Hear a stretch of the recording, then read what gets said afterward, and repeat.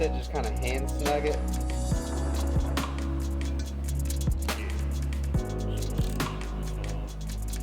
Just don't overdo it, because it's aluminum.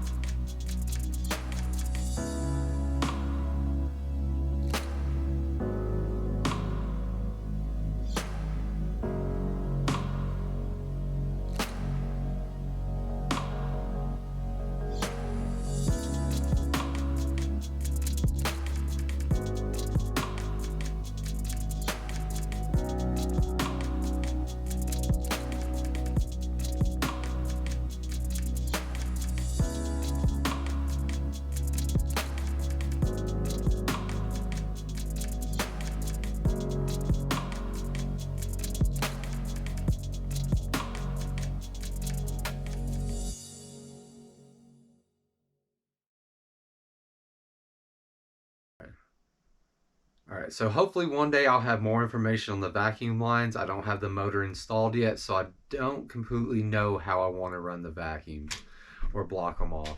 So feel free to comment below on any helpful hints on how you have ran or blocked off your vacuum lines for this EGR setup.